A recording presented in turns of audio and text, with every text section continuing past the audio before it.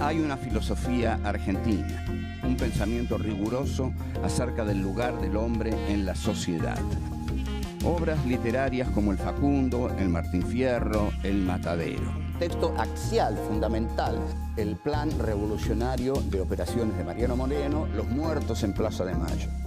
El primer centenario se festeja bajo estado de sitio. Las cartas a Lavalle deciden el fusilamiento de Dorrego.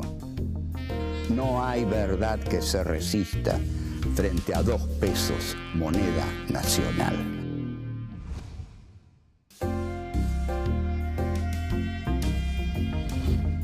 Encuentro 5. Esteban Echeverría, El Matadero. 1. La civilización pierde sus pasos. 2. La violencia y la condición humana. 3. La refaloce. 4. El monstruo, la crueldad y los excluidos. Esteban Echeverría nace en Buenos Aires en septiembre de 1805. Realiza sus estudios primarios en la Escuela de San Telmo y luego ingresa en el Departamento de Estudios Preparatorios de la Universidad de Buenos Aires. En 1825 parte hacia Europa. En París asiste al Colegio El Ateneo y toma cursos de dibujo, guitarra, historia, economía y política. Allí entra en contacto con el romanticismo y se conmueve con la obra de Goethe, Schiller y Byron. En París comienza a escribir sus primeros poemas. En 1830 regresa a Buenos Aires y comienza a publicar sus trabajos. A partir de 1835 participa en el Salón Literario y en 1838 funda, junto a Alberdi y Juan María Gutiérrez, la Asociación de la Joven Generación Argentina. Enfrentado al régimen rosista, se exilia en 1840 en Uruguay. Muere el 19 de enero de 1851 en Montevideo. El Matadero es publicado recién en 1874 por Juan María Gutiérrez en las obras completas de Esteban Echeverría.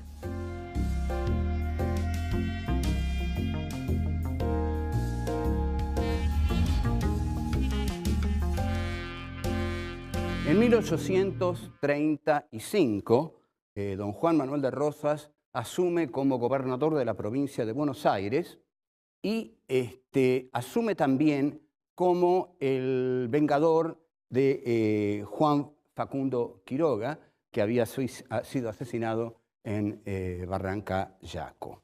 A Facundo Quiroga le encuentran ensangrentada entre sus ropas la que es quizás el documento político más importante de don Juan Manuel de Rosas, que es la Carta de la Hacienda de Figueroa, que es una hacienda en la cual Rosas y Facundo se despiden y desde ahí Rosas le escribe la carta. En 1835, lo que estaba pasando en Buenos Aires en el ámbito intelectual era que se había creado en la librería de Marcos Sastre un salón literario. Este salón literario es quizás el de nuestra primera generación de intelectuales, ¿no? De hombres ligados a la cultura, a la élite cultural, cuya cabeza hegemónica es Esteban Echeverría, que había viajado a Francia y que había vuelto de París con todas las últimas novedades de la cultura francesa, más o menos como sigue ocurriendo de algún modo en el campo filosófico actualmente, que estamos todos muy al tanto de lo que piensa el último francesito de moda. Pero bueno, ahí llega Echeverría y en el salón literario se reúnen Echeverría, Juan Bautista Alberdi, José María Gutiérrez, Marcos Sastre, y me importa decir algo sobre Juan Bautista Alberdi. No hay que recuperar solamente al Alberdi de las bases y el crimen de la guerra. Está el Alberdi del fragmento preliminar al estudio del derecho, en el cual Alberdi le ofrece a Rosas, notable, le ofrece a Rosas ser su ideólogo. Es el primer gran desajuste entre un intelectual y un líder de masas. Rosas no lee a Alberdi y Alberdi termina exiliándose en Montevideo. El que es realmente agresivo con Rosas es Esteban Echeverría. Echeverría, que había publicado La cautiva, escribe un cuento de una inusual brutalidad que recién en 1874 Juan María Gutiérrez, en las obras completas de Echeverría, habrá de publicar. Pero Echeverría lo escribe entre 1835 y 1840 y el cuento se llama El Matadero y trata de ser, por supuesto, un cuento propagandístico, un cuento militante, un cuento para herir a la tiranía de Rosas, que así era considerado el gobierno de Rosas por los unitarios que se habían exiliado en Montevideo. El texto de Echeverría, por supuesto, es trasladado, va de mano en mano entre amigos, porque no se puede publicar y también no se puede publicar porque es demasiado terrible. Quizás por eso Echeverría cargó tanto las tintas, porque era un texto secreto para leer entre exiliados.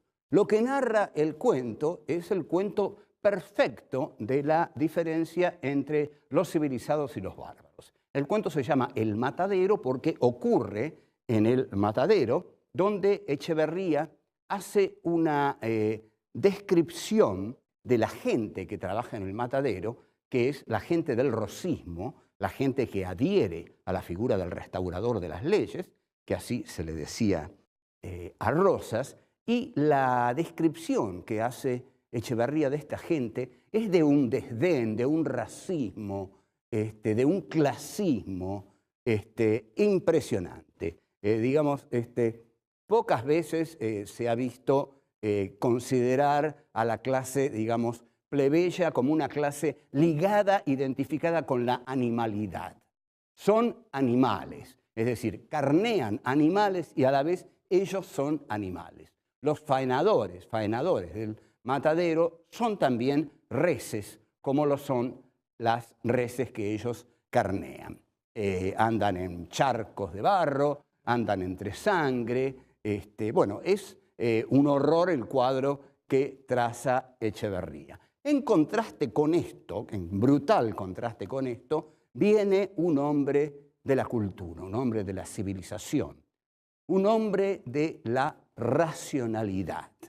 Este hombre es un joven unitario que ha tenido la desgracia de extraviar sus pasos y de entrar en el matadero. El esquema que tenemos aquí es que la civilización pierde sus pasos y entra en la barbarie. Este joven que viene en silla inglesa, que viene muy elegantemente vestido, que tiene modales exquisitos porque es de la alta sociedad, ¿no? de la burguesía más alta o de la oligarquía más concentrada de Buenos Aires, un culto, pierde sus pasos en el matadero y ahí es muy mal recibido. Es muy mal recibido porque todos los del matadero se dan cuenta que quien ha llegado es evidentemente un unitario. Y seguimos más adelante.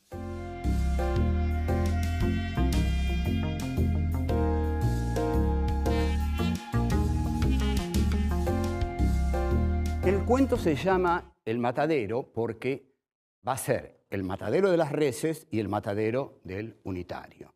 Todo a manos de esta turba salvaje que son los hombres que adhieren a don Juan Manuel de Rosas, el personaje odiado por los unitarios y muy especialmente por Esteban Echeverría.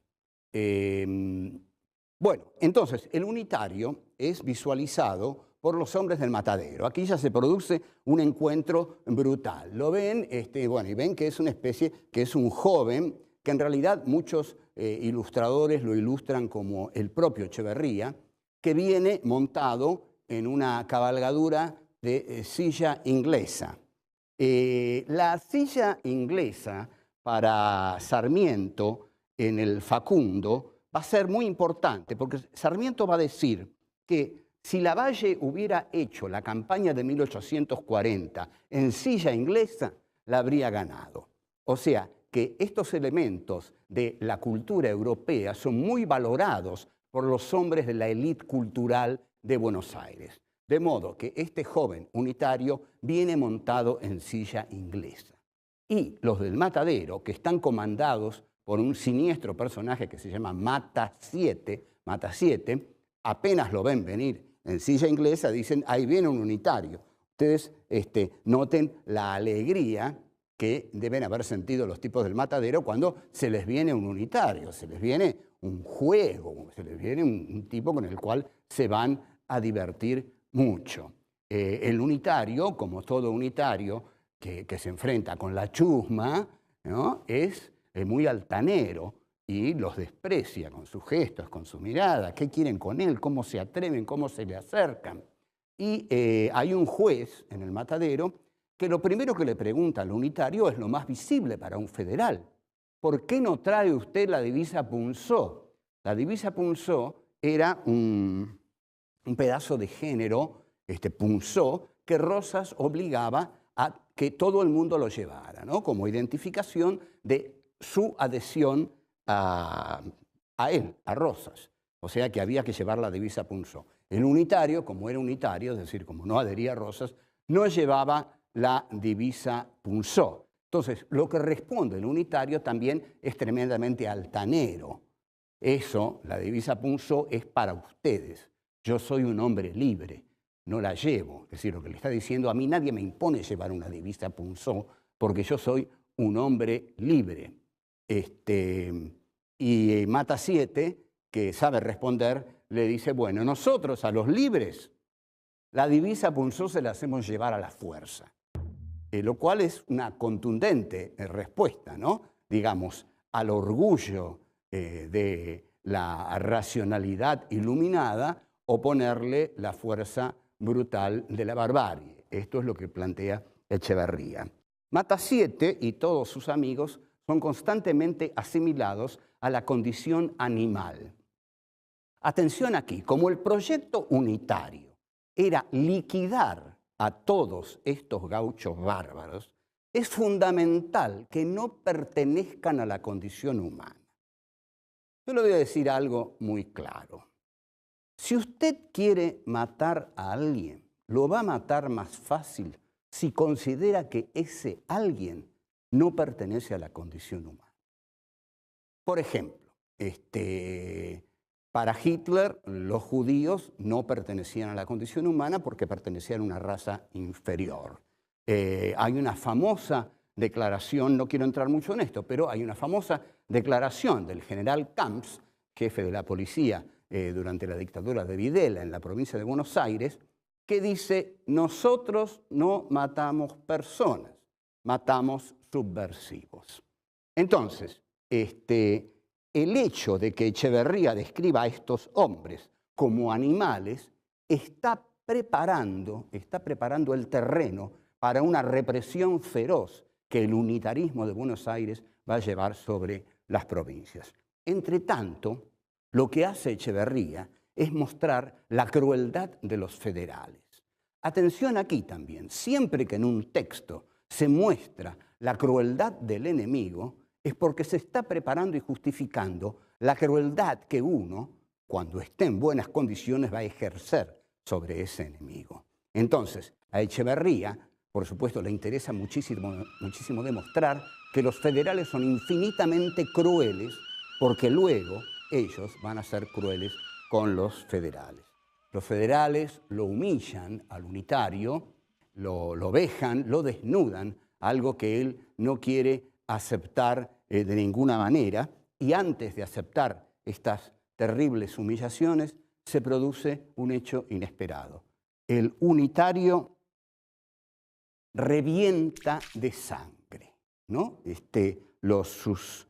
Sus asesinos quedan sorprendidos por toda la sangre que tiene el unitario y por cómo ha reventado antes de que pudieran vejarlo más. Entonces, así termina el cuento, en medio de un baño de sangre, y Echevarría que dice, esa es la Federación Rosina y es en el matadero donde tiene su lugar.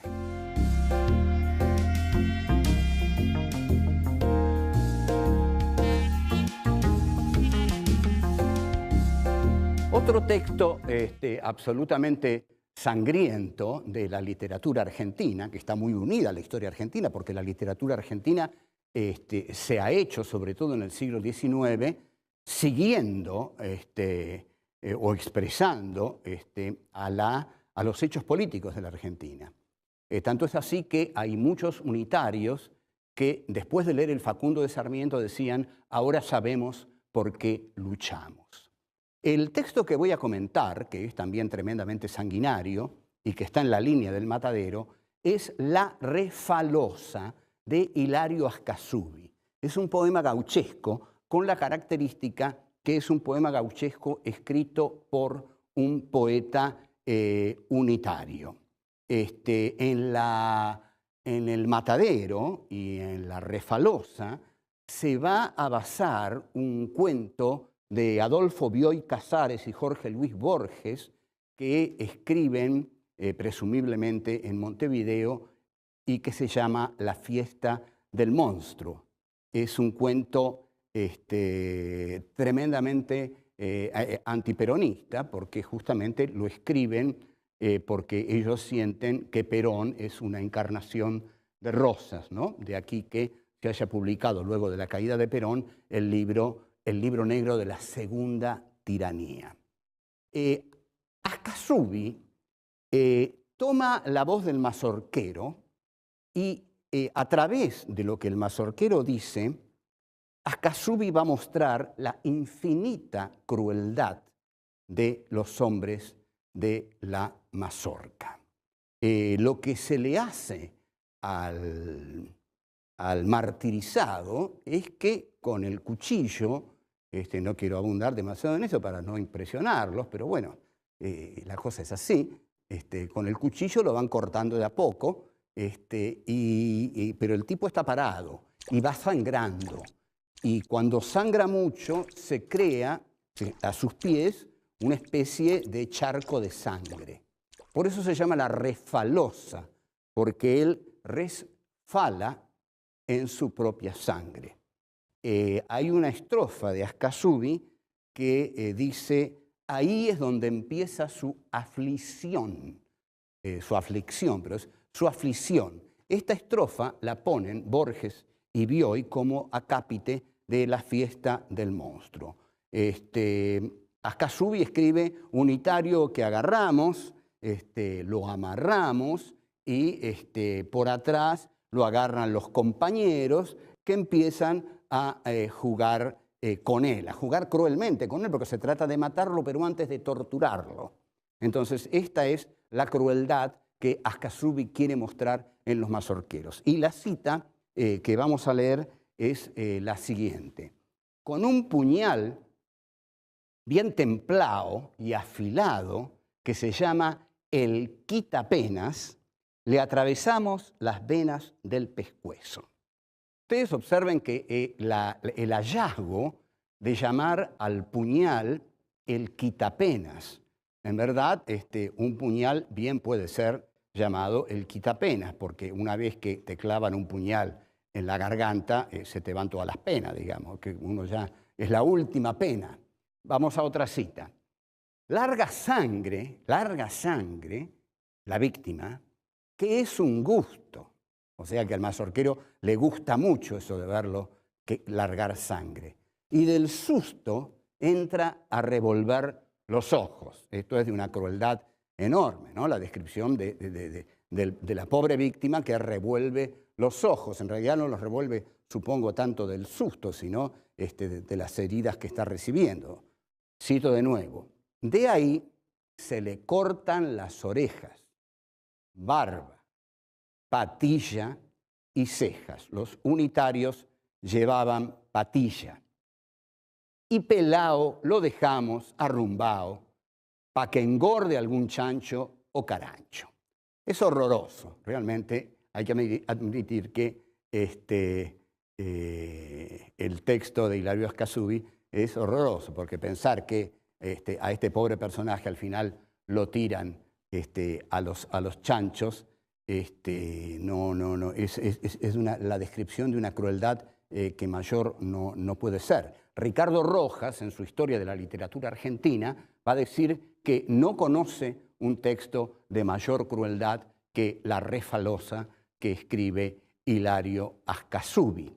La Refalosa está escrita con tanta habilidad por Ascasubi que en realidad realmente sentimos que nos habla un degollador de la mazorca, porque describe con tanta precisión, con tanta habilidad y con tanta crueldad y con tanto gusto y con tanto placer esa masacre, esa tortura a la que se somete al unitario, que solamente un cruel mazorquero puede matar así. Ahora hagamos la pregunta, si este hombre mata así, ¿cómo deberá morir? ¿Cómo se plantea matarlo cuando llegue la hora de la venganza?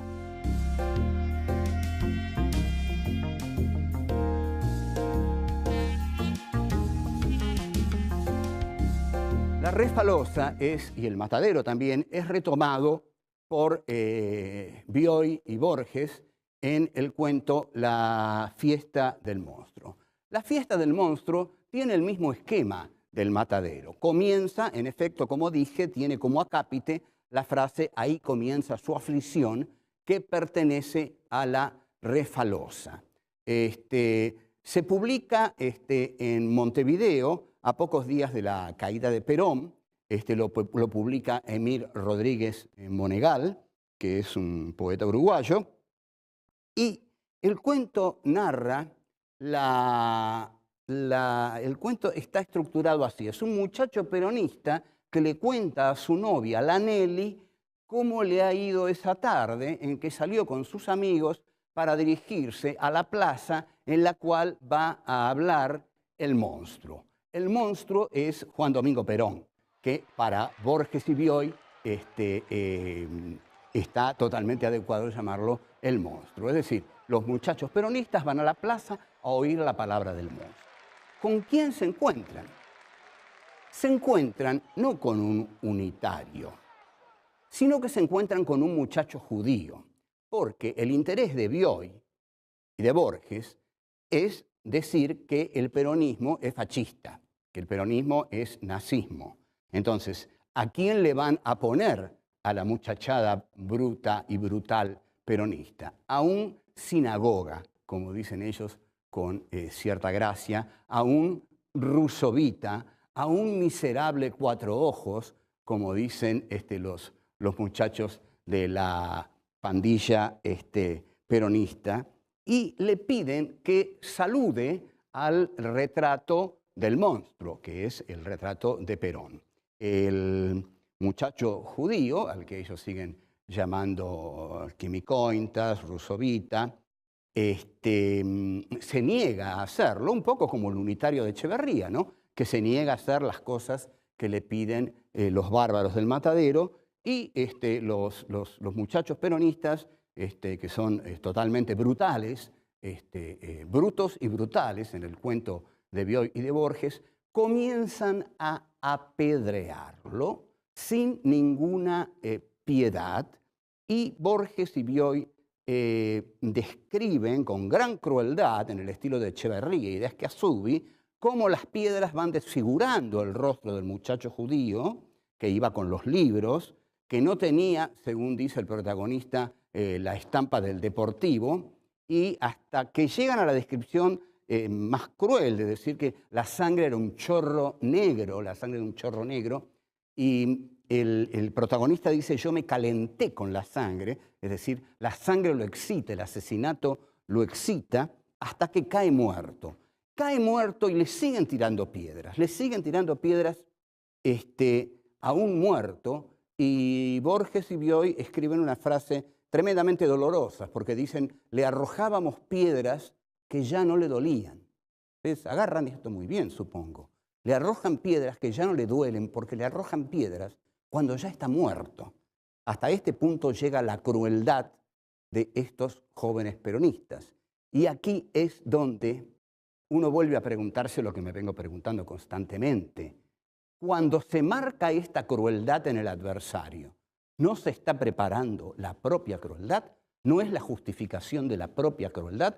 Efectivamente, a partir de la llamada Revolución Libertadora, se ejerce una enorme crueldad sobre el movimiento peronista, ¿no? Sobre todo a partir del artículo 4161, en el cual se impide nombrar a Perón, se hace desaparecer a Eva Perón, en fin, se masacra a 28 militantes en José León Suárez. Y la teoría del cuento es que los adherentes a Perón eran monstruos manipulados y que no eran humanos, eran monstruos manipulados por otro monstruo, por el monstruo, y el monstruo es Perón. Los tres textos que nombré están destinados a exhibir la extrema crueldad de los sectores populares, pero ocurre que luego los sectores no populares, los sectores del poder, cuando deciden ejercer la represión sobre los sectores populares, son tan crueles como ellos han demostrado que son los sectores populares. Es decir, estos cuentos, quizás estos relatos, deberíamos analizarlos como relatos destinados a justificar la venganza, destinados a justificar la violencia que el país de los cultos va a ejercer sobre el país de los excluidos y de los marginados. El cuento de Borges, yo quiero marcar claramente esto, no debe ser interpretado de ninguna manera como antiperonista, ni como un poema peronista. Digamos que desde aquí, ¿no? Con toda buena voluntad y apertura de corazón, propondríamos salir de una vez por todas de la antinomia peronismo-antiperonismo. Habría que pedirles a los antiperonistas que no se empobrezcan tanto odiando hasta tal extremo o despreciando hasta tal extremo a un movimiento político que tuvo una enorme riqueza e importancia en la Argentina. Y a los peronistas que no crean que representan naturalmente a la patria, a la soberanía, al pueblo, sino que los otros, los que no son peronistas, también representan algo esencial del país. O sea que debiéramos salir de esta antinomia como debiéramos salir de muchas antinomias para poder vivir en una democracia plena, llena de conflictos, pero que respete fundamentalmente la identidad del otro. Bueno, chao, hasta luego.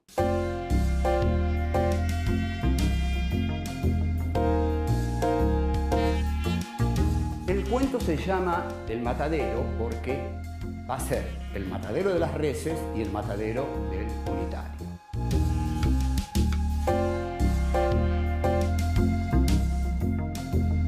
Nosotros, a los libres, la divisa Punzó se la hacemos llevar a la fuerza.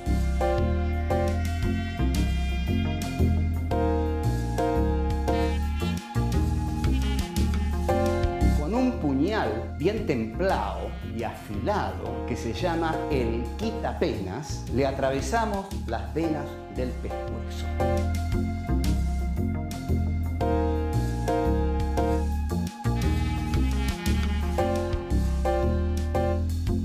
Cuando se marca esta crueldad en el adversario, ¿no se está preparando la propia crueldad?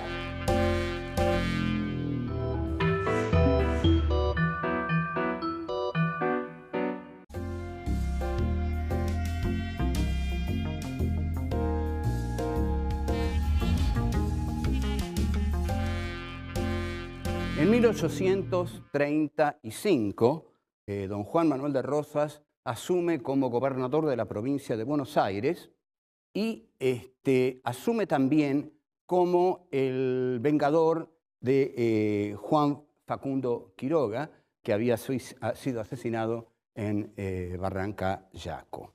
A Facundo Quiroga le encuentran ensangrentada entre sus ropas la que es quizás el documento político más importante de don Juan Manuel de Rosas, que es la Carta de la Hacienda de Figueroa, que es una hacienda en la cual Rosas y Facundo se despiden y desde ahí Rosas le escribe la carta. En 1800... Allí entra en contacto con el romanticismo y se conmueve con la obra de Goethe, Schiller y Byron. En París comienza a escribir sus primeros poemas. En 1830 regresa a Buenos Aires y comienza a publicar sus trabajos. A partir de 1835 participa en el Salón Literario y en 1838 funda, junto a Alberdi y Juan María Gutiérrez, la Asociación de la Joven Generación Argentina. Enfrentado al régimen rosista, se exilia en 1840 en Uruguay. Muere el 19 de enero de 1851 en Montevideo. El Matadero es publicado recién en 1874 por Juan María Gutiérrez en las obras completas de Esteban Echeverría. Hay una filosofía argentina, un pensamiento riguroso acerca del lugar del hombre en la sociedad. Obras literarias como El Facundo, El Martín Fierro, El Matadero. Texto axial, fundamental, el plan revolucionario de operaciones de Mariano Moreno, Los muertos en Plaza de Mayo. El primer centenario se festeja bajo estado de sitio. Las cartas a Lavalle deciden el fusilamiento de Dorrego. No hay verdad que se resista frente a 2 pesos, moneda nacional.